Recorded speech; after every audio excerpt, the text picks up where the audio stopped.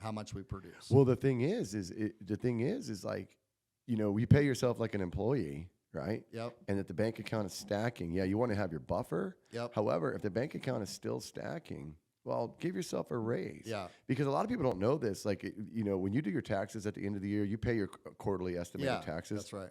At the end of the year, if what you actually net in your pocket or across all the business owners is more than what they pay themselves as an employee, then the IRS wants you to adjust that. They actually want to pay. They want to make you. Yep. They want to make you pay yourself more on your. So let me ask you this: paychecks. So you have the taxable income, and it's the income people are taking, including you, me, everybody. Mm-hmm. Then you have that balance that's left. Mm-hmm. What's the percentage what's the tax rate on that percentage that's left in the account? So it scales depending on how much the business made. So for instance, let's say my business, I'll use my Amish division as an example. It does about $6 million gross a year. Yep. And then after all expenses, payroll, 941 tax on everybody, my own, it nets X amount of dollars. Yep. If that amount of dollars is anywhere from 0 to 10,000, it's like 10% tax. And then from that, the next step, there's actually a calculator you can look at. All right. You can Google it, like tax brackets. Yeah. Then the next bit of money on top of that is you're going up a little more. Yeah. And then when you get over about $550,000, that amount is like a 36%, 35% of that is taxed. Yep. So if I netted, I did the math. If I net $1 million in my pocket, I only get about $650,000. Yeah, it's crazy. Yeah. It is. Yeah.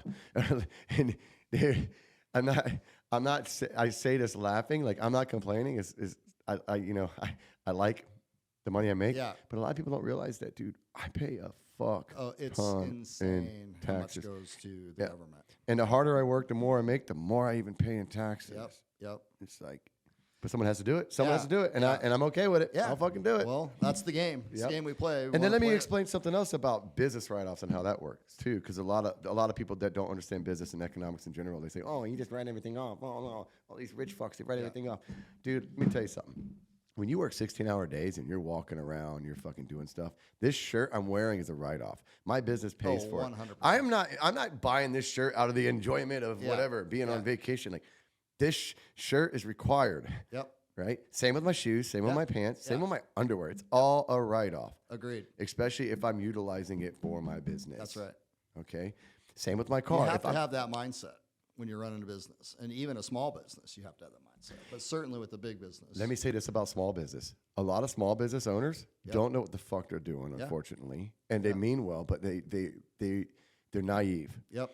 And if they just had a little bit of direction, they could do so much better. There's a lot of guys running a small business that think they make X amount of dollars. They actually don't. Yeah, that's right. They actually don't. If they some of them don't even write off their phone. Yeah. Dude, your phone is all business. Oh, everything. Yeah. Even if you're on Instagram posting your stuff on your feed for your business, it's all business. And every ad you pay for is a write-off. That's right. You have to write your stuff off. You do. Then you can see what you're really making and to decide what adjustments you need to make to increase your income. Because if you run a business and you're barely making more than the next guy working a similar job. And a lot of them are. Some of them are making less than their top employee that they're hiring. Dude. And I've heard that many times. Dude, my lead's making more than I do, and it's like, well, you're doing something wrong. Yeah. You need to change. You're absolutely doing something wrong. Yeah. And it's probably multiple things, not just one thing. But let's start with one thing, right? Yeah. Here's the ladder. Like, what is it? What does this look like? Yeah. And I do this for some of the guys that are business coaches. Like, guys, break it down to the foundation. Yeah. If you're trying to be too advanced with a technical problem, chances are it started somewhere foundational. Yeah. Okay? Yep. And if you can start with step 1, step 2, here it is. I found it. Let's attack that. That's the problem child. Yeah. Right? Agreed. Let's attack that right there. Okay? Then, before you know it, months go by, you're starting to see some real recovery. And then it may even take a year before you see real net. You know why? Yeah. Especially when you have to implement additional funds on the front end. Yeah. Like, for instance, when I built out a new CRM with my tech guy, and you heard about this process, that started a year ago. Yeah. And we paid a lot of money to get that set up. And it's like, okay, my income actually went down a little, but I knew why. Okay, I anticipated it. I understood it because we had a plan. We laid it out. We knew it was coming, right? So it's not like it was blind, but we also knew that once we got past it on the other end of it, then the net would start to grow up because because we implemented it's an something. investment. Yeah, right. Yep, that's right. We implemented something that took time to build and it cost on the front end. Yep. But once you got past all that, then eventually the thing we implemented reinforced and bolstered our offense. Yeah, that's made it to where that's right. And then, dude, by the way, guys, this man right here, Aaron Bellamy, he is the general manager of my HiggasonHomes Sammamish division, and he is also an affiliate of HiggasonHomes San Antonio that we're opening here soon. Yep. And excited about that. Oh, dude, thank seriously. you, thank you. And he's a friend of mine as well, and we've known each other 18 years. Yeah, 18 years. Yeah, and we both are cut from the same cloth. Glenn Bellamy, the OG, uncle. Who started Tough motherfucker. Tough, dude, so tough. But just wanted to throw that out there while we're talking, and you're like, what the hell's going on? Yeah. Anyways, back to because we just started this. Like, yeah, we just started not conversation, and we just rolled into. Just it, roll so, in, right? Yeah. Right, just These roll lights are intense. Like, they are. Are you sweating? Yeah, a little bit. Yeah. It's like, yeah. Well, we want to light your pretty face up. all right. Speaking of pretty face, this is the face that my customers see when he knocks on the door and they're going to do a consultation. Yep. Yeah, so it's kind of hard to say no to that face. I would hope. I would hope. At times, I wonder. It depends on the look on their face. So. Well, so let's go back to residential remodeling, construction industry, right? And in your experience, how long ago did you start? About 35 years ago. 35 fucking years. Okay. Actually longer than that. I have a funny story, and this is one that I just remembered. I'm 11 years old. I'm delivering newspapers, so I'm making probably $8 a week throwing newspapers. And my dad says, "Hey, your uncle's got some work for you. It's on Saturday, but he's gonna pay you $8 an hour."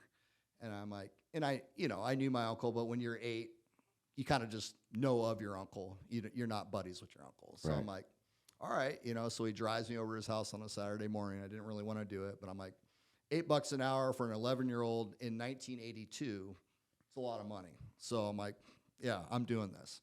So I get over there. He's got this old van, and it's just loaded with these Folgers coffee cans, and all of them are just loaded with multiple nails, screws, miscellaneous bolts, fasteners, everything. And he says, Aaron, I want you to take these into the garage. You're going to dump all these out, and you're going to put likes with likes, and I'm going to give you $8 an hour to do it. And so I spent all day, I had this massive pile of hardware, and I'm just separating it. And of course, even back then, his gravelly voice, Aaron, I want you to do. You do it so well. You sound just like him. Well, because I'm turning into it. What I want you to do is dump all these cans out. You're going to organize these like with like. And I was like, it sounded easy, but like holy shit, there's like 5 million fasteners. And so that was my first job with Glenn, 11 years old. That went a couple weekends, and then it kind of veered until I was about 16 years old.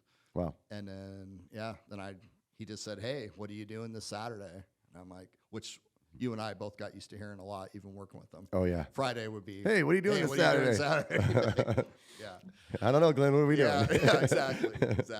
So 16 years old. I'm working at the cycle barn as just like a lot kid. And then, the same thing. I got a call from, hey, what do you got going? What do you got going Saturday? And it started with the Saturday, and then went to another Saturday. And eventually I just hired on with them and full time. It really wasn't like back then what I remember. I'm like, oh, I didn't look at it as this is my career choice. I'm going to be a construction guy. It just happened over time. And I found I was good at it. Mm-hmm. And, he was a hell of a coach, and we didn't know it at the time. I just thought he was an asshole, because he was really tough on me. But learning that the way he taught it, and with those building blocks and just being so ridiculously tough on us. And he was tough on you too, but I think he was really rugged at the start. Oh yeah. He didn't know how to manage people, and he was taught a certain way by his dad. And it was just, it was abusive to some level. So well, he was just like facts. Like, Yeah. just like, is what it is. It's how it Yeah. is. It's like, Yeah. I'm not here for your feelings. Yeah. I'm here to Oh, get shit 100%. done. And you have to 100%. have thick skin in that industry. Yeah, you do. You Yeah. do. And you know, later in life, I look back and I was so thankful. I'm like, fuck, you know, because a lot of guys didn't have that. You know, they had a softer version going into that, and they didn't learn that. I thought it was tough. I really did.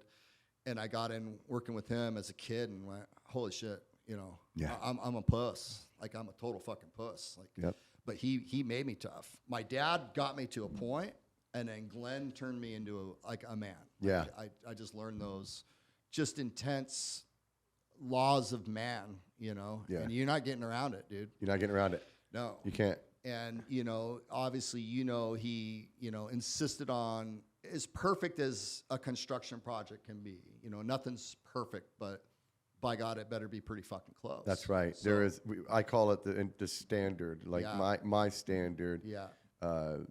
You know, there isn't a minimal standard. Yeah. And we have to hit that. Yep. We have to hit that. And you have to hit it. Yeah. It's not, once in a while, dude. You have to hit it on every job. Every job, because you know, for one, we strive for excellence in all areas, which is one of the things that sets us apart. You know, we outcarry our competition. We genuinely love what we do, and we provide a product that I think is untouchable. It's pretty phenomenal. Yeah, it really is. Well, you're talking about 60 years of fucking experience combined right here, you know, and not just with our craftsmanship, but you know, our leadership skills. Yeah, that's and right. we educate ourselves outside of just understanding construction. That's right. Right. We actually read, we actually listen to podcasts, and we go to seminars. Constantly striving to learn new things, and to be a better leader, to just learn new techniques. And, and even honestly, striving to be better. I'm always striving to be a better construction guy too. Yeah. You know, I want to produce as perfect as I can. That's what I want. Mm-hmm. And the beauty of that is because I know that when we go to sell, and you're the same way, when we go to sell, I'm 100% confident in what I'm selling you because I know I'm going to deliver it. Yeah. So like going in, there's no fancy sales pitch or anything. There's no hesitation. I'm going in with heart, bro. There's no hesitation. There's no uncertainty, right? Because I know I'm going to deliver that. If you accept me, and I'm going to try to sell myself to you because you've called us in. You want the job. Yeah. It's not like we're trying to sell you on remodel a kitchen. You want a remodel kitchen. That's why our lead package that we have brought you to us. Mm-hmm. It's now I'm selling me to you. I have to sell you, so you want me to do your job. So that's the correlation. So they see the product, right? They see the website. They see, you know. So, guys, I'm not gonna deviate too much, but guys, especially people in the construction industry, I don't care if you do dirt work, roofing, windows, siding, fucking full blown remodel, doesn't matter. You have to have a portfolio. You have to have some visibility, right? You have to have something that somebody can see that they are interested in. Then you need to market that. And marketing basically puts it up and makes it look good and helps it and makes it look clear and transparent for the customer. Then advertising pushes it, platforms, whatever you use. We use Google Ads. And Google, unfortunately, it's like, it just, you got to pay to play, right? You're going to pay the money. Yep. So don't be afraid to drop some ads. Don't be afraid to hire somebody who's good with marketing. You know, especially somebody who is hungry, they're ambitious, and they have the care in what they do. They're growing themselves. You know, I spend over $10,000 a month in marketing, and I don't even give a fuck because it makes that $10,000 makes hundreds of thousands. So now you have the beautiful portfolio, you have the marketing, you have the advertisement, you got it in front of somebody. Now somebody sees it, and they're going to click. When they click, you got to get that book appointment button. All right. They click that book appointment button. I hope you guys are taking notes. That book appointment button, they fill out their name, their address, their phone number. You don't have to put your address in if you want to wait until to make sure that it's legit. Put in your phone number, email address, a little description of what you want done, hit send. That automatically goes to my CRM. And everyone gets notified. It's instantaneous. It's instantaneous. This thing will just go bing. Yep. CRM, email reminder. We now have a lead proposal. Yep. And then my assistant who runs that portion of the CRM, she receives that information. She calls the customer right away. If it's before 5 or 6 p.m. on a weekday, they're getting a phone call from her. Okay. Yep. This is after you've got an automatic email response saying, hey, thank you for your inquiry. We're looking forward to doing business with you. It's genuine. It's genuine and it's comforting, right? It's reassuring to the customer that they know, oh, we already like these guys. Yep. They look good. They're acting great. Yep. I haven't even freaking seen their faces yet. Yep. However, if you go on the website, you will see our faces Yeah. and our family. We show that. We're men with family. We have Yep. kids, right? Yep. Okay, so then after you've had a phone call from, I won't say her name, but the gal who takes care of the CRM and does the does the appointment setting. Yep. You hear her voice. She sounds nice. She sounds genuine. She sounds like mom. Yeah. You know, like Yeah. So that also helps. It's not like I answered for go, hey man, this is Shannon with HiggasonHomes. Yeah. How can I fucking help? All right, yeah, I'll get to you when I get to you. Yeah. I'm busy, motherfucker. No, Yeah. no, I get somebody who is going to care. Yeah. Right. And by the way, I don't talk to anyone like that. I don't. Maybe behind closed doors, me. my buddy. To Yeah, me, yeah. yeah. Well, that's different. Yeah. Then she sets the appointments. She puts all of the appointments in the calendar and tags him in them because he's the one that's going to go to the appointment. Then he gets a notification. He goes, oh, I'm going to this appointment. This. On average, how many consultations do you do a week? It depends, but on average, I would say 5 a week. 5 a week. Yeah, 5 a week. And what's the average size job as far as the gross price that you look at? What's the average I would kitchen? say this. So right now, our average size job's been pretty high, a couple 100,000. Couple 100,000. Yeah. So you potentially look at what could be $500 to $1 million worth of work a week. A week. Who the fuck can fuck with that in the residential remodeling industry? Yeah. And how do we consult our customers? How do we help them understand your authenticity? Yeah. Your confidence because of your competence. That's right. Okay. Yeah, it's confidence. It's knowing what you're talking about. Obviously, like I said, they brought us in. They've done the lead generation. So we're going knowing that they want this. X. Right. And it's just a matter of coming in and selling them on us. Right. We're the ones you want. Right. And that's being authentic. That's having that education. When they have questions, you have the answer. The ability to answer questions, correct. the ability to communicate, and the ability to connect with them. And that's a big thing. Like I'm connecting as I pull into the driveway. Like I'm looking at what's the flag being flown. I'm looking at everything. What's the car they're driving? How clean is the lot? How clean? I'm making these quick, instant. You guys, listen to this. Listen to this. Write this down. If he is learning his customer before he even knocks on the door. Yep. And not to say that there's potential assumptions that could be made there because everybody could, You're still going to talk to them. You're still going to talk to them. But like he's learning his customer before he even knocks on the door. I know this may sound crazy, but we can kind of get an idea of somebody by the car they drive. That's right. How clean it is. Yep. How they take care of it. Yep. And we look at their lawn. We look at their house. Like we can look at their tell. driveway. If their driveway's spotless, there's no weeds coming up between the seams. It's perfect. Which means there's no oil. Which means they expect quality. Yeah, that's right. And that's why they called us in the first place. And then we know, chances are, they're a customer because they know we're going to deliver, and we know we're going to deliver. That's right. Right? And now we just have to prove it. And how do we prove it? Besides just connecting with them, having a conversation with them, obviously answering all their questions with certainty, no hesitation, no backpedaling. And I promise you, you will do way better if you would practice doing mock-up conversations. Go to your friends and have actual okay, I want to sell you a kitchen. Yeah. And then get their feedback. Yeah. And even if their feedback is complete fucking trash, the fact that you're just getting better at delivering, it's funny you said that because I'm trying to get my daughter and her friends to be better speakers. I says that's the most important skill you're going to have skills. in life. Yes. It really is. It's something they should push more in school is how to speak to people. Oh, wait, you mean instead of having social studies, they just say, no, actually, don't talk, don't get together. I'm sorry, I didn't mean to get... No, Keep going. No. So I says, you guys just need to practice talking to people. I go, just pick strangers out of the street and just start chatting with them. Go to the mall. And exactly. So they've been doing that. They've just been Your daughter? Yeah. Hell generally yeah. liked aged people, but they just go up and start chatting with them. And I said, that's how you do it. It's all practice. It's a skill just like, cutting framing, doing drywall. You know what? It's a skill exactly the same. You have to practice it. You know what? You said that's a good point thing you just said. Similar age? Yep. So how old is your daughter? She's 20. 20? Yeah. Dude, you know what I think? She needs to go to the 40 and 50 year Well, olds. and you're right. Because she's going to get a good conversation. Start there because it's comforting for them. Right. Wearing the same clothes, same hair, same piercings, whatever, they're comfortable. But then you're right. To get good at it, you got to pick that older age group, the more mature age group. When I was a teenager, I'd hang out with my friends. I'd go to their house. Yeah.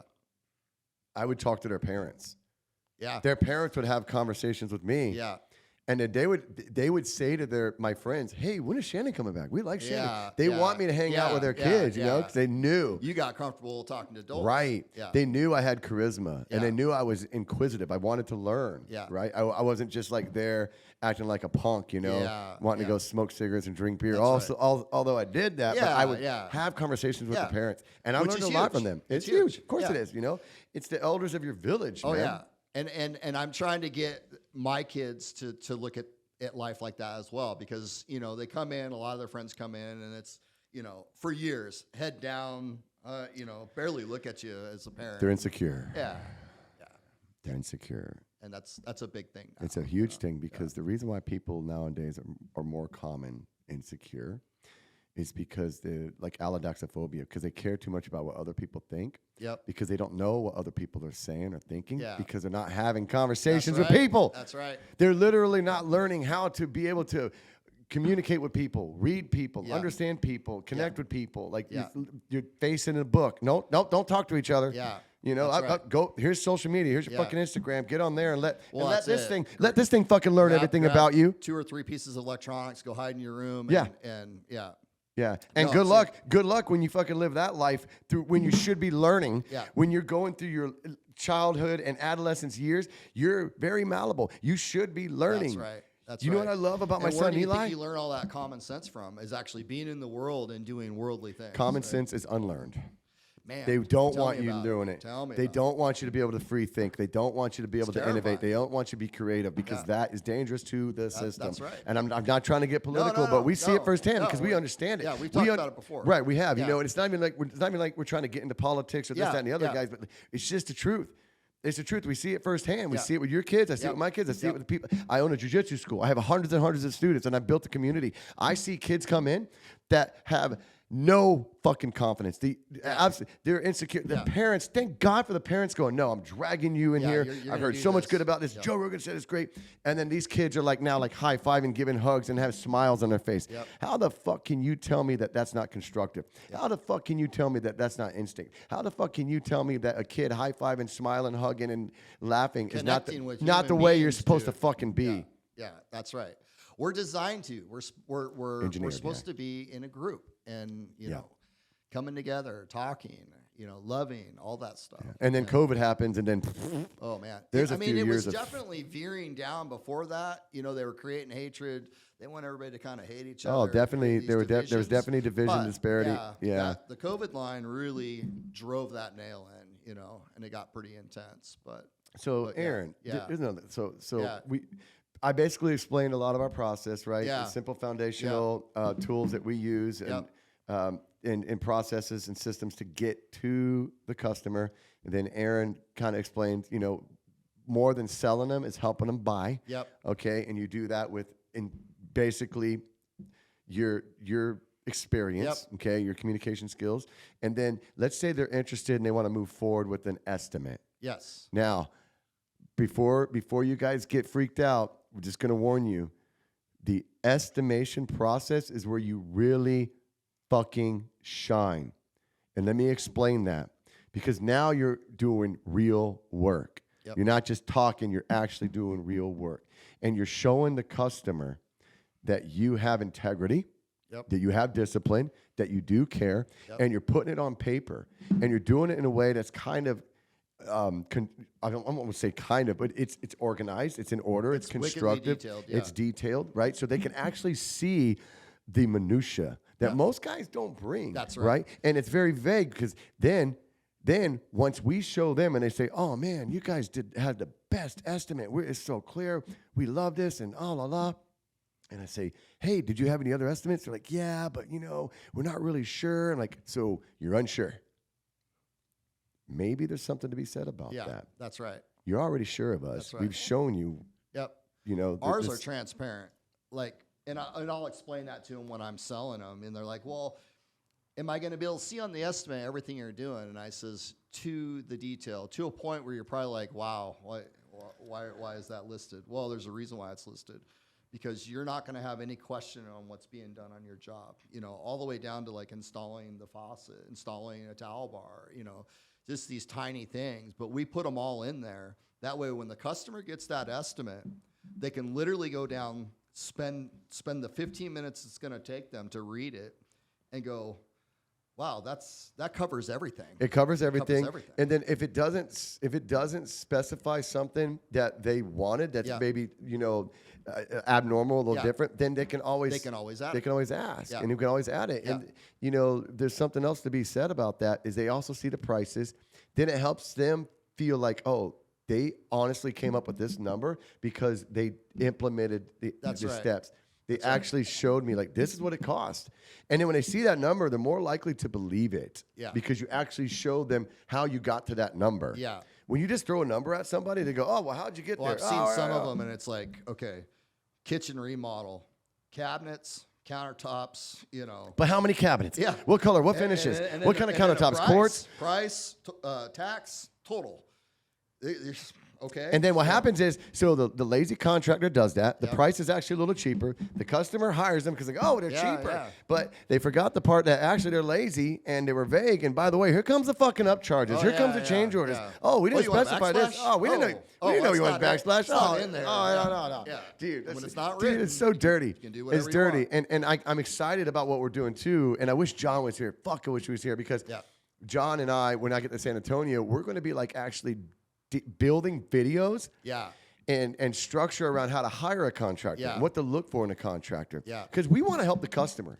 That's right. We want to help the customer. And then they not just by giving them a product, but giving them some sensibility behind it and how to, like, dude, I can tell you this right now.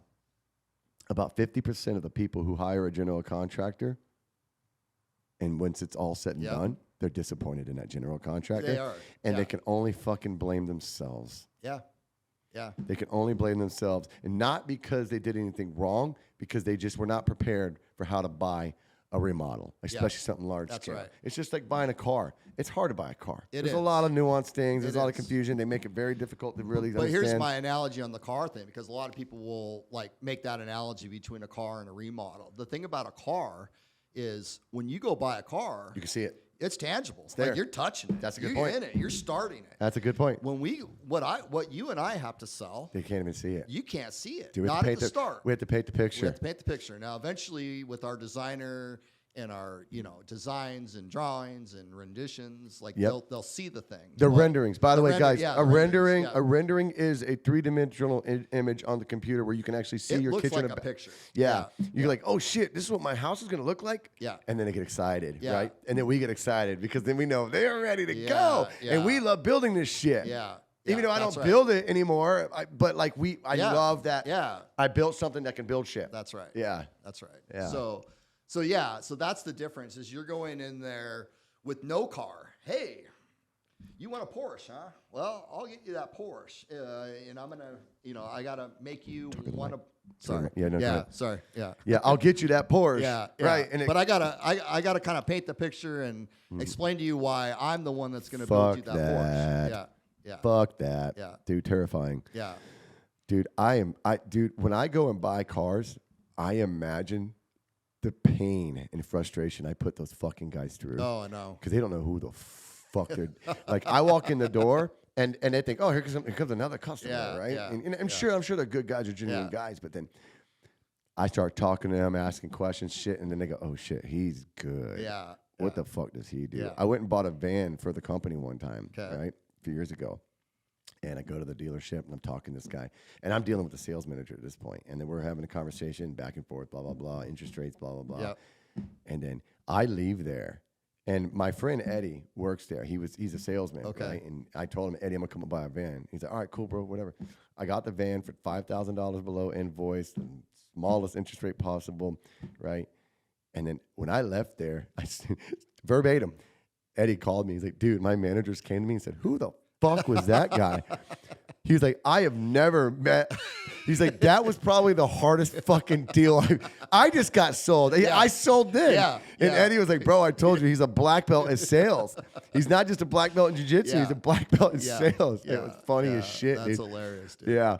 But then you know, it's interesting because I know my job so well. I can go into other industries and compare it.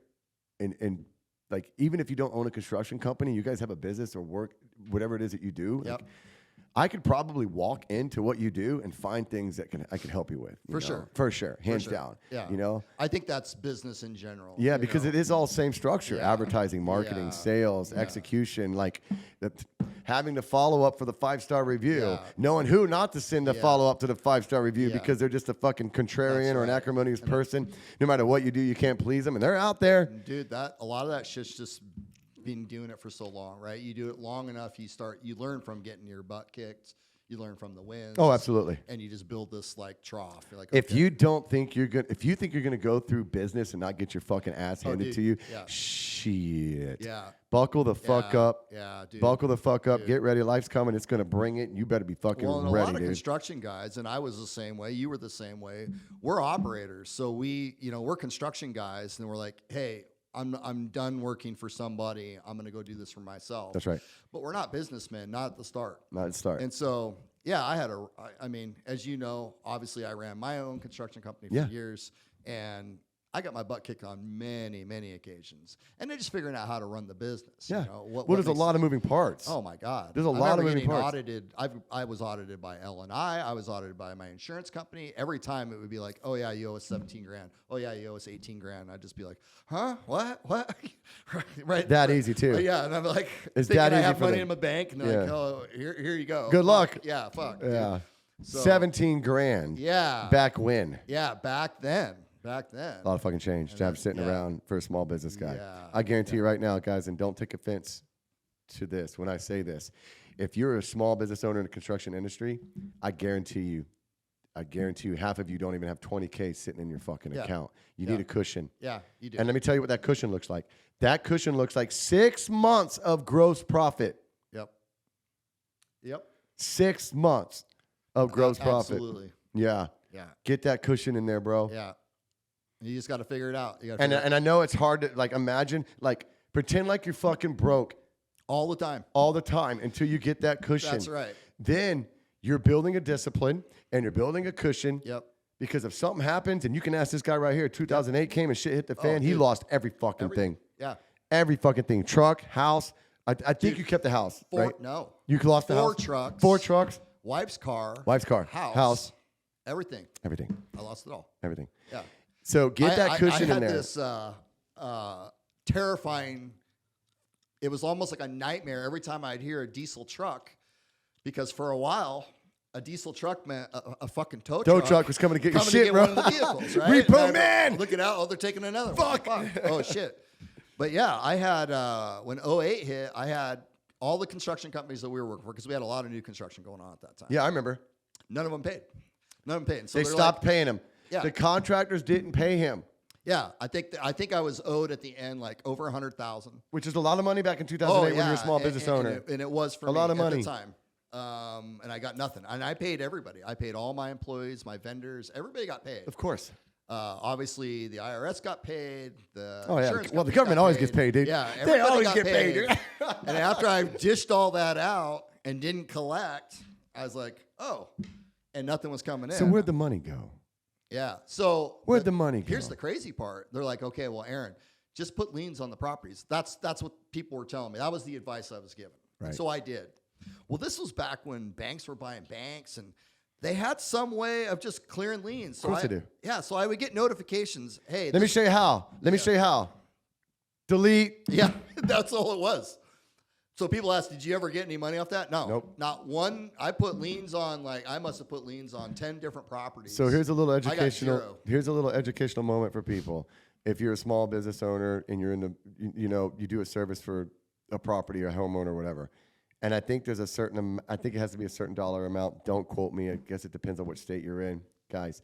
If you ever get to a situation where you're like, oh shit, they didn't pay me, and you're going to put a lien on the property. Well, there's a process there, and then it takes a long time. And what happens is ultimately you don't even get paid until they sell the property. But something was going on during that period because it was that bank default era. Yeah. And so banks were buying banks. And it got too messy. It got too messy to keep organized. They didn't give a fuck. Because they would notify me, property is being sold. And your insurance company couldn't do anything. And I'd be like, oh, sweet, I'm going to get a check. You couldn't claim insurance?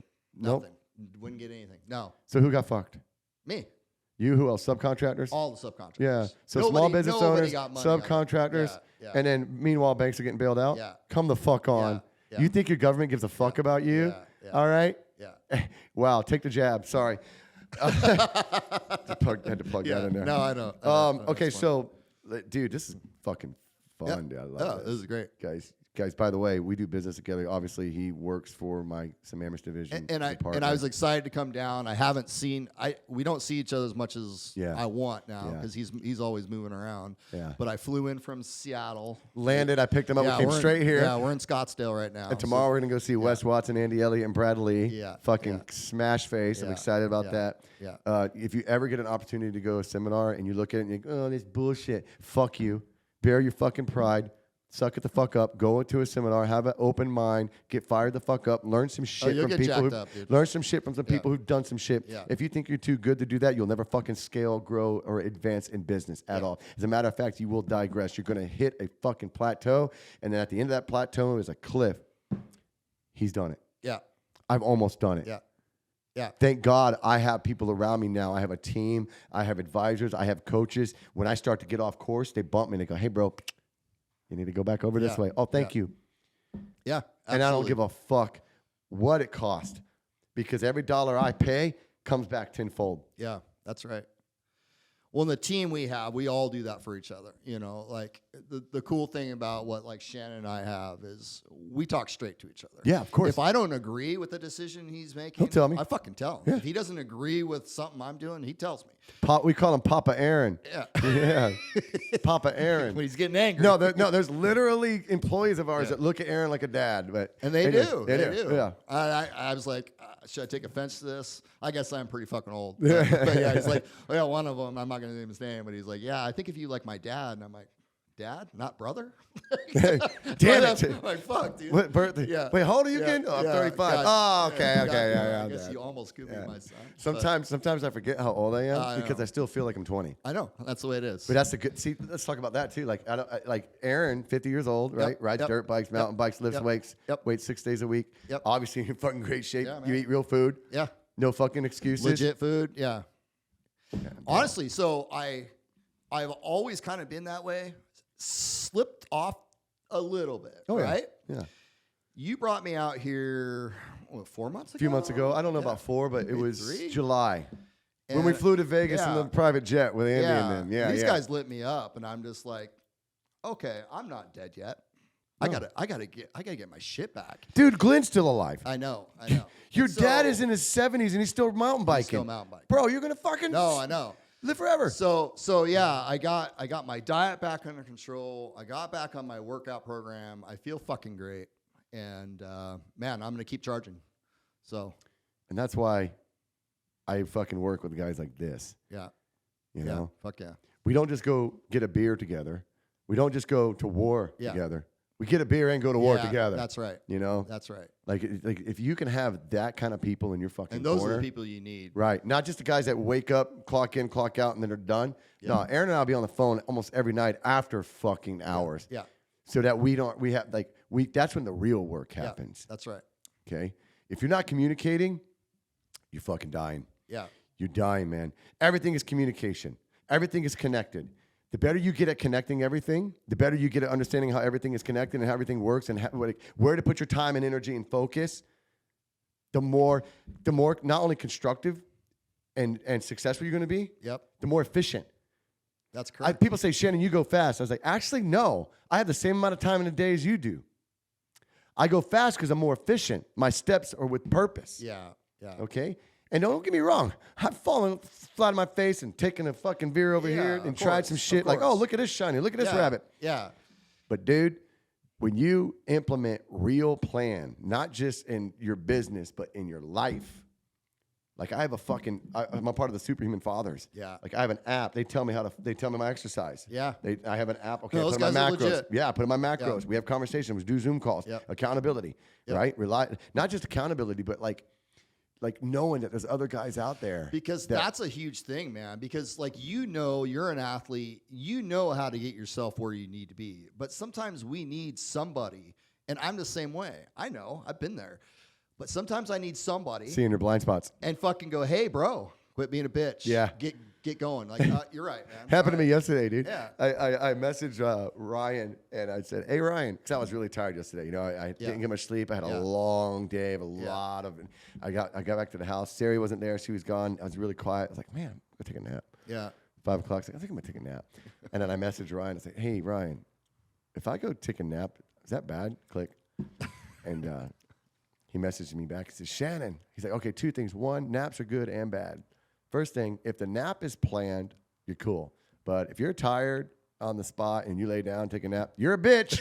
And he hung up. I'm like, bro, I was in bed on my pillow reading this, and I went, motherfucker. And I took my shit up, got up, got my fucking clothes on, got my gym bag, went and fucking murdered. Yep. You know, I was like, hell yeah. Dude, that's happened to me so many times. Yeah. Like, somebody will just say something, a little tiny jab, and they might even be joking, and you're like, oh, fuck. Because you know they're right.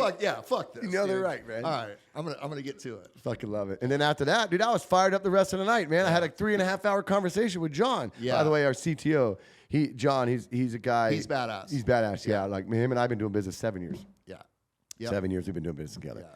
He works all of my tech shit, like the back end, like and the website, the advertising is shit, amazing. all that shit. Yeah. And he's a good dude. Of course he is. Yeah. Oh, he's a great dude. And he's famous, man, just like us, you know, same alignment in the way we think. And then he has his strengths that help build our strengths and vice versa. So, man, we may have gotten off on a tangent, but it's all relative, right? Yeah, it's all good. All relative. So back to, okay, we go through the process. Someone gets an estimate. They hire us. We take a security deposit, okay? They get them on schedule. And then they're in the design process. Yep. And we stick a gin on them. Yep. Okay? Explain a little bit to everybody the relevance of design, especially in a kitchen or bathroom. All right. So when we're looking at a kitchen, bathroom, especially a big whole house remodel, it's very difficult for us to estimate it without a design, because essentially you're guessing. You can give an educated guess, a ballpark, but that's not a real process. You can line out the stuff that's straightforward, framing, drywall. Right. But when people start going, oh, yeah, we're going to move these walls and we're going to do this, and yeah, we're not sure about this, but we kind of think this, then we start going, okay, you're in need of a design, and it's a critical part, because she's going to design this thing to every detail. We're going to have those renderings. Because it's a plan. Yeah. It's a plan. It's an organized, orchestrated plan that removes the uncertainty, the controversy. That's correct. When our guys come in and they're like, oh, what are we doing? They're scratching their head. They're guessing. We have it. You don't have any excuses if you have the plan. Yeah, that's right. Right. That's right. And that's the only way you can do those line-itemed, detailed estimates. Right. Is have a true plan. You know exactly what's going on. You know where the cabinets are moving, and then walls moving. And there's not just walls moving and stuff, guys. It's moving electrical.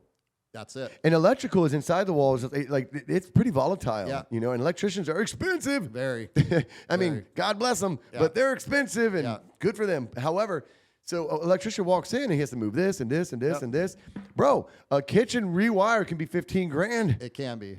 It could be 15 fucking Sometimes they got to grand. do home runs on everything. They got to do home runs. Yep. So a home run is bringing the wire from the breaker panel all the way to the location. Sometimes the panels need to be upgraded. That's it. They're tiny. They're old. And the breaker's got to be upgraded to arc fault. Correct. One of those breakers is $100. Yep. Boom, boom, boom. $400 just in breakers, and then to pop them in's another whatever. Yep. Yeah. So guys, getting a design, getting a plan will save you money. Yeah. You think it doesn't because you go, oh, I don't want to pay for the design. I just want to get in there and wing it. Fuck you. Yeah. Get the design. Then you have something to go. That's a leg to stand on that you can go with other contractors. Say, hey, I'm ready for this kitchen. Then they know you're serious. Yep. Then they're going to then they have no choice but to give you an estimate based on that, so you can compare not only the pricing but how you feel about the contractor. That's right. Like this contractor was okay. You know, he was cool. Blah blah blah. And Aaron was great. I really love Aaron, but this contractor was a little cheaper. Yeah. Well, why do you think that is? Why do you think that is? What is he missing? That's right. What is this guy missing? Or Is he buying cheaper stuff? Yeah. Or is he cheaper because he's desperate and wants to get the job? Right? You already said you didn't feel as comfortable with him as you do him. That's right. Pay for the peace of mind. And I've explained to clients many times, it's like, if you're going from an apples to apples standpoint, it costs the same amount of money. So if somebody's telling you it's going to cost $200 and we've done our line item estimate and it's $325, if you use that guy, it's going to be $300. If you get the same product, he's going to charge it to you later. Eventually, it's going to come. It's going to happen. Yeah, because, or he's going to walk away. Well, we can also show how some guys estimate and what the number they came up with is actually impossible. That's right. That's right. Exactly. That's exactly right. First and foremost, if I have an addition and I line item it all out, and my price is $500,000, and my competitor's price is $400,000. Yep. 20% difference. Yeah. That right there is like all of the fucking like overhead profit. And profit. Yeah. A big part of it, you know, it's a 20% margin. Yep. So how do you help the customer understand that? I mean, you do the best you can do, you know, and the one good thing, so when you spend time trying to sell the design quote, because there's almost two things you're selling. Mm-hmm. You get them comfortable with you, and then they're like, okay, we like what you're talking about. What's next step? And I say, okay, well, next step is getting a design quote, and here's what we got. We have this designer's gonna come in, and she does all the design work and blah blah. She's gonna have a quick phone call with you after I give her all the details and the pictures I'm gonna take. Yep. And then she's gonna give you a quote for the actual design. The design. So I have to sell them on that, and you sell it by explaining it to them that's the only way we can come up with an accurate as possible estimate, and which also is critical for us. Yep. Like we take that to heart. Like we want to give you an accurate estimate. We want it to be down to the cent. And if there's any differences, it's because we found rot in the walls or you changed something. That's right. Not because it's not on that estimate. And so another thing so the design portion of the process as well also helps the customer even more realize that we are good at what we do, right? And that we do care. Like when they see our sales process, they see our design process, and then the estimation process, and they don't hire us, it's almost like, what did we not give you? Like, what does it really come down to? Yeah. And maybe if they just can't help themselves, they got to hire the cheaper person, and they take their chances. So in a way, dude, I look at that as an advantage for us because we just dodged a bullet. We just weeded out a bad client. Yeah. And that's the way I look at it. So I've had to tell clients before politely that, hey, we're not going to work with you. Yeah. Well, I know. I mean, we both have. After and there's times where I'll tell you, like, you're like, hey, how'd that go? Not good. Like, we're not running with these people. And then I go, okay, thank you. On to the next. Thanks, Aaron. Yeah. And then other times it does get to the design quote and they don't want to pay it. And you're just like, okay, well, you just decided for us. We don't want you as a client. All right, Aaron. Yeah. Here's the moment everyone's been waiting for. All right. By the way, actually, you know what? I'm not gonna get too detailed about this. This is scary. People, contractors, people who do estimates and stuff, they want to know, how do you mark up, Shannon? What do you mark up? I cannot disclose that publicly because I don't want to create any controversy, questioning, or problems. That will be disclosed privately, and we will have a course online. Yeah. And we will have Zoom calls. We will have all kinds of stuff at your, let's call it disposal, that we will help with that. But I can't give that information out, not because I don't want to, but because I spent a long time coming up with this formula. Trying to figure it out so that it works. And when you see this formula, you're going to be happy you paid me for that formula. Yeah. And it's going to cost you more than you want to pay, but it's going to give you way more, more than you thought you were going to get. Dude, I'm telling you this right now. There's this fucking myth out there going, oh, it's a 20% markup, 20% markup.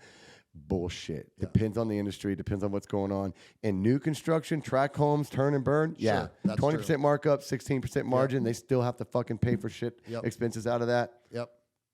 But I'm telling you this right now, they're using the cheapest guy. Quantity. So those construction projects are done through quantity. They're using the cheapest guys, the cheapest in materials. They're turning and burning. You're not getting the fucking care. When you're a client going to a general contractor and you think you're going to fucking get an estimate and they're only marking up 20%, you're fucking wrong. Yeah. And if the contractor is only marking up 20%, he's fucking himself up. Yeah. He's fucking himself and other people because he's setting the standard so low. Yeah. He's drowning. He's that guy that says, oh, my fucking lead makes more than me. That's right. Well, because if you're only doing $500K a year, and you have a 16% margin to work with, well, guess what? You're not even making $100K a year, dumbass. That's why a lot of those guys doesn't exist, guys. Actually, owner-operators, because that's the only way they can make money. They're stuck as an owner-operator because they don't know how to sublet. Correct. Right. Correct. Right? Yeah. And they don't know how to get out of their own fucking way. It's a tricky thing when you go from, because most of us start out as an owner-operator, and then to go from an owner-operator to where you are no longer operating. You're just managing it and owning it. And that's what it all is. You're the communicator. Yeah. Everywhere. Yeah. Communicating here, making sure shit's happening. That's right. And that's all you have to do. Yep. But you got to make sure who you're communicating to is receiving the information and implementing it. For instance, let's talk about our employees, our subs. Yep. Who do we hire? Turkeys or stallions? We the best guys. The fucking best guys. And the guys that don't live up to it, they're down the road. Yeah. You know? And not even the best guys, the guys that want to be the best. Yeah. You know what I mean? That's like, right. I don't know anything about construction. Well, they're not the best at construction. But what are they good at? They show up. They make no excuses. They got work ethic. They're coachable. Those are the best guys. Yeah. If a guy comes in and says, "Oh, I'm the best at this," and "Oh, motherfucker," well, we've had them.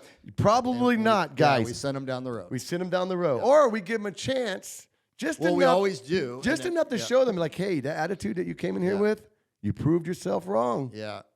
Yeah. I knew it. You don't have the chops, dude. You don't and this is me caring for you, telling you, don't go into the next interview with that attitude. As a matter of fact, maybe you should do a little bit of education. Yeah. As a matter of fact, I'm willing to help you out if you're willing to, but I'm not going to pay you what you asked for because you ain't worth it. You overvalued yourself, which most people undervalue themselves, but occasionally we run into those. They overvalue themselves. You're just like, nah, it's man. one thing to know your worth. Yeah. It is. It's important. It's a critical part of life. But it's another thing. It's another thing to lie about what you're worth. Yeah, that's right. You know what I mean by that, guys? I know my worth, but I don't lie about my worth. And maybe they're lying to themselves. Maybe they believe they're worth that. And you know what they say? If you lie enough, eventually you believe your own lies. Yep. Yeah. Yep. Okay, so guys, again, small business owners, if you're only marking up 20%, but we'll talk about that later. On the employees too. I just want to touch on that a little bit. Oh yeah, we're gonna go there because finding the right attitude, a guy that has the common sense is more critical than the guy that has the most experience, because you can teach the experience, you can't teach those other things. They're just, I've had guys that come in with I got 30 years experience, and they're terrible. Yeah, well, you know why they're terrible? Because it's not evaluated experience. They just show up and they do their job, but do they really know? Well, and they don't necessarily have common sense. There's just little things that some guys, whether you're not born with it, taught, whatever. Being able to think on the fly. That's right. Being able to problem solve. Problem solvers. Right? And I tell I love this. I tell my employees, I'm like, guys, listen, if you ever come across a problem, don't run to me right away. Yeah. Don't run to Aaron, don't run to Pat. As a matter of fact, guys, if my phone rings, if it gets through Pat, through Aaron, and it comes to me, it's usually a big problem. Yeah, it's huge. But it isn't too common. Yeah. But don't act like that's never going to happen, because it is. Anyways, back to what I was saying. If you think you guys have a problem, I want you to do this. I want you to figure out how to solve it. Yeah. Don't solve it, but come to me with the hey, I think this is my solution to this problem. And chances are I go, yeah, good, do it. Cool. That sounds right. Yeah. Or tweak it a little. And what did you do? What did you do to that guy? You built his confidence. Yep. You built his ability to think on their own. Yep. Because that's what they need to be eventually. They need to be able to go into a job and do the whole thing without question. That's right. You're going to question it, but then you don't question it. Yep. And you can always have a coach or a mentor or a fucking YouTube video to lean on, but be careful what you look up on YouTube, because I know. Some of those guys, man. And I'll tell you this right now. Anybody can put something on YouTube. I'll tell you this right now too, man. I've seen some guys online on Instagram or whatever with their course, and some of them look pretty good. The course looks clean, and they're fairly knowledgeable. But then I get into it a little bit, and I'm gonna go, this guy, he's just a fucking talker. Yeah. He doesn't even this guy's actually a chode. Yeah, he's a chode. People are paying for this, and I'm like kicking myself in the ass, going, "Why aren't I fucking doing I could this? be making money on this. I have the authenticity. Yeah. I drop f-bombs, but guess what? Welcome to fucking construction. We cuss, and if you got a guy who acts like he don't cuss, he ain't a real construction guy. That's right. That's right. He's never swung a fucking hammer. Because if exactly. he swung a hammer, he smashed his finger before, Yeah. and he didn't go, ow. He went, fuck, this hurts. Guarantee you guys. Yeah. My camera guy's pissing his pants right now. He's trying not to fucking fall over laughing. But hey, It's man. so true. But It's I also, so dude, true. that's another thing I love about what we do, man. We make it fun. Yeah. We make it fun, man. We crack jokes, you know, and we don't hold back with some of the jokes. And if you get offended by words, then go hide in a fucking box. I don't know what to fucking tell you. Buckle up, Buttercup. Exactly. Dude, I want it to be hard. I say I'm the general manager and the HR department. Yeah. So go ahead and feed me. 1-800 kiss my ass. Exactly. No, we're not that bad. No, we're good. We're good. Everybody gets along. We have a really good feel in our company. We take them out to dinner and shit. That's right. Yeah, kick them a little cash here and there, or like, hey, you know what? You're not gonna get cash bonus, but you got a raise. Hey, that's right. You know what I'm saying? That's right. Yeah. And hey, guys need a little time off. I just had a baby, whatever. No problem. Here you go. Boom. Here's some. It's not like you have to go. Not like you have to go to a website and enter in your request, and it takes 2 months to get approved. No. Like we have common sense. Man. I let them kind of run their own lives, and we create loyalty that way. Yeah. You know. Well, when you make your employees feel loved. Yeah. Right. That's right. And when you genuinely do love people, like, dude, they want to show up for you. Yep. They don't want to disappoint you, That's right. man. That's right. And they have it good here. They really do. They really do. And they know they do. They know they do. And not just the just the environment, but honestly the jobs that we give them. I mean, we're fun. Quality jobs that are fun to do. They're fun, unique. With good client. Every once in a while we have a tough client, but most of them are good people. You know, we do our own vetting with our client. Right. I'm trying to pick the right client. We have good intuition when it comes to people. Yeah. Right? Because that's what we do. That's right. We do. Yep. And we get clients that we can tell mean well, but they're not very, what's the word I'm looking for? I'm going to be delicate.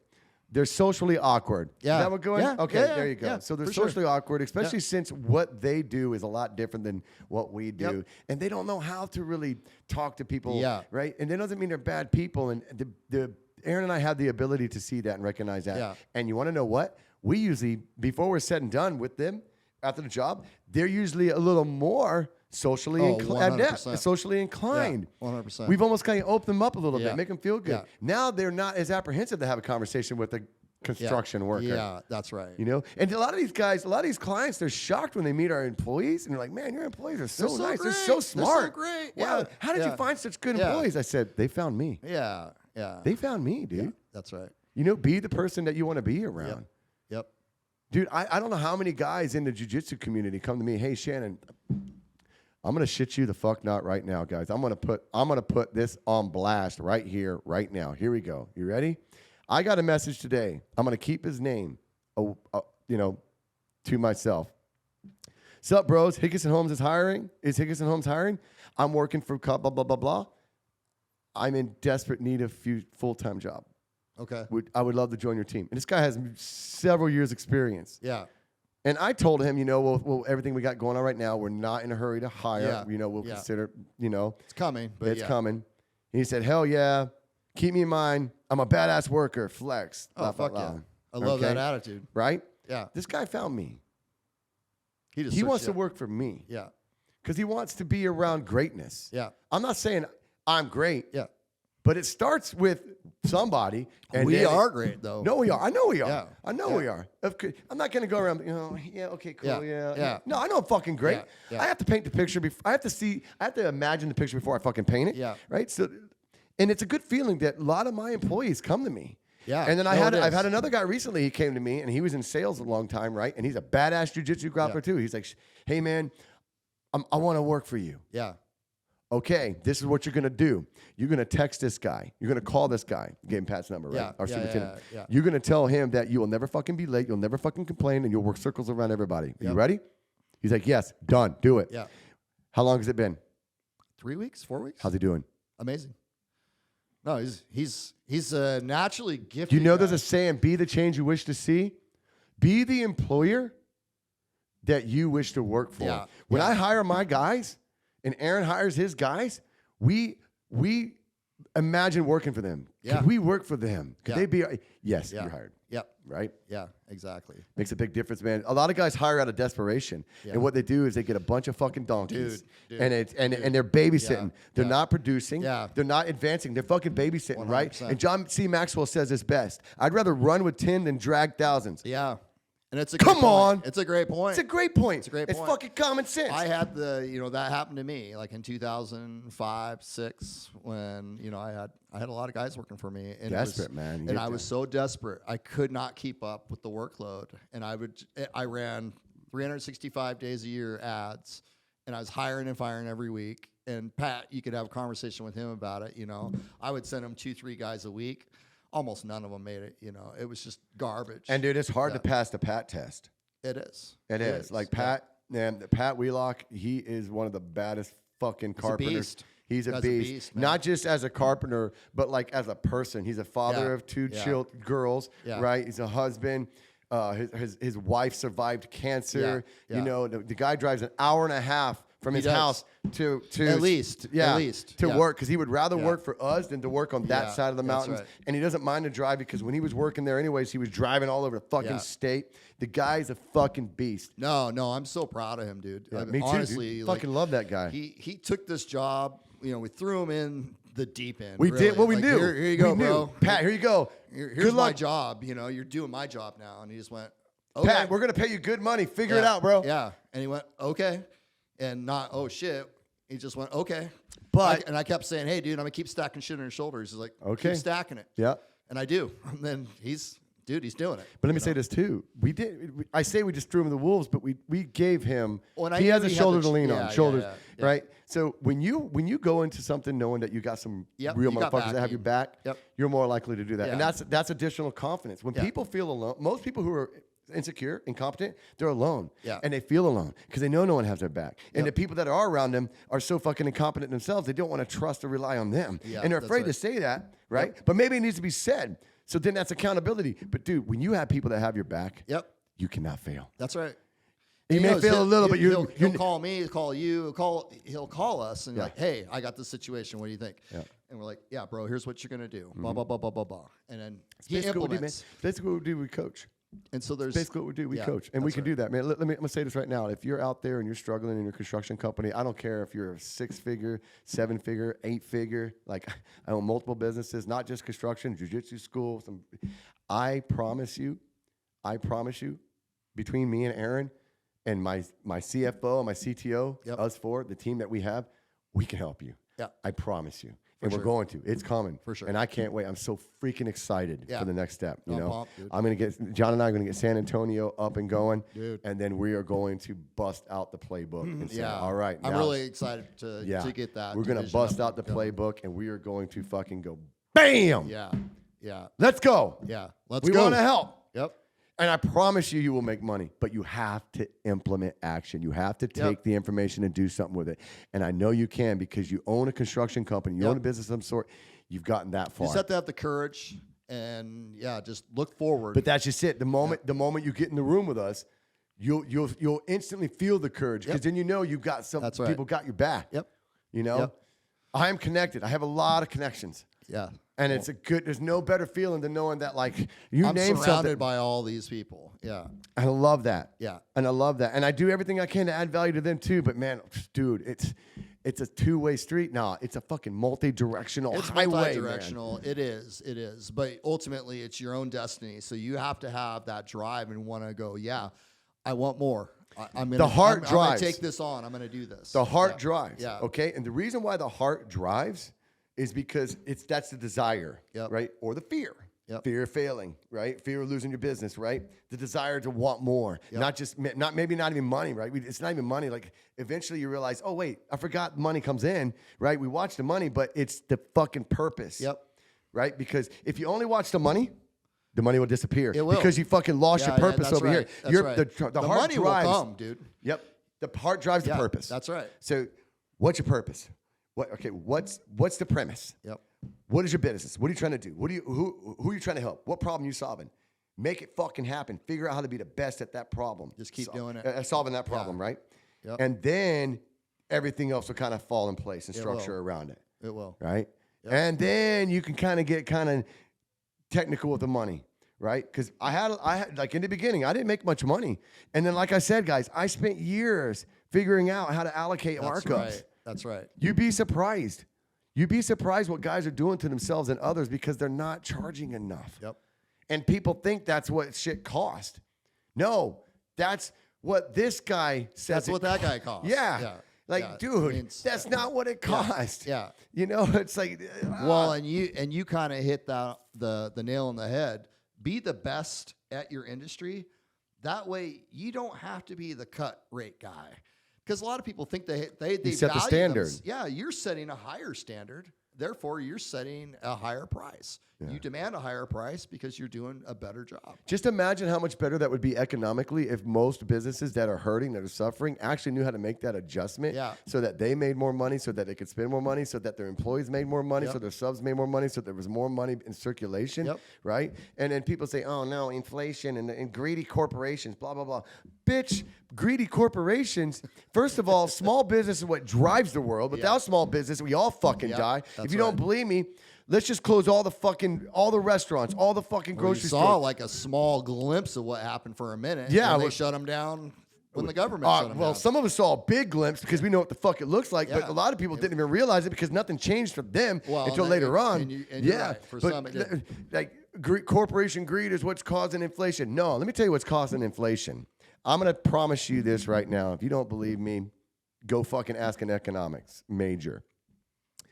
If you work 40 hours a week and you make $50 an hour, you're making $100K a year, but you're paying $30,000 in taxes, you're only making $70K a year, and you've got those bills to pay out of that, and then your mortgage property tax goes up, okay? And then your insurance goes up, okay? And now gasoline has gone up.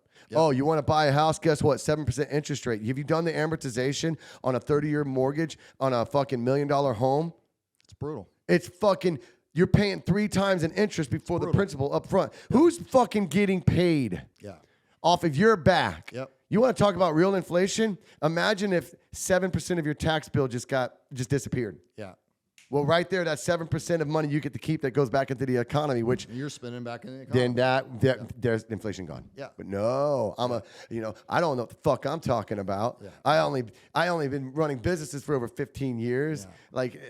Dude, are you serious? You got to be in the right All spot. Right, let me say something else. If everybody worked doing their job more efficient without a lot of waste, more would get produced. More is available. More competition, less it cost. And you don't have to work harder or longer hours. It's efficiency. Just more efficiency. It's just efficiency. And eventually it gets easier. You are working actually less hard and producing more. That's right. That's right. It makes simple math. It's the common sense way, but it's not really what's going on. Well, common sense is not available anymore. It's stripped out of you in fucking school. But don't listen to the guy who dropped out of high school. There's still a small percentage of us that have common sense. Well, but it's dwindling. It's dwindling. Well, we better get it out there while we're still around. Exactly. Exactly. I mean, I plan on living at least another fucking 50 to 60 years, right? My grandmother's 99 this month. For those of you who don't know what that is, that's a centenarian in one more year. But I'll be happy with 20 more. I'm just kidding. No, you're going to be 20 more. I better have more than that. God, what a fucking massive load of information that just went out in this conversation, dude. That was fucking awesome. It was awesome. This is my first podcast, by the way. So, and then that's just scratching the surface of what we really do. It is. But not unfortunately, I will say this. Fortunately, in order to scratch the surface, you got to make a little bit of an impact. And it starts with having a fundamental foundation in not just your business, but your life, right? Without our health and what we do in our family and our home, which is also a reiteration of our why, our business would not be doing what it's doing. Correct. Because you set a standard for yourself, and it trains a discipline, okay? And then it makes it habitual. And then before you know it, you're a fucking machine that can't be stopped. That's the who required to do the thing that you want to do.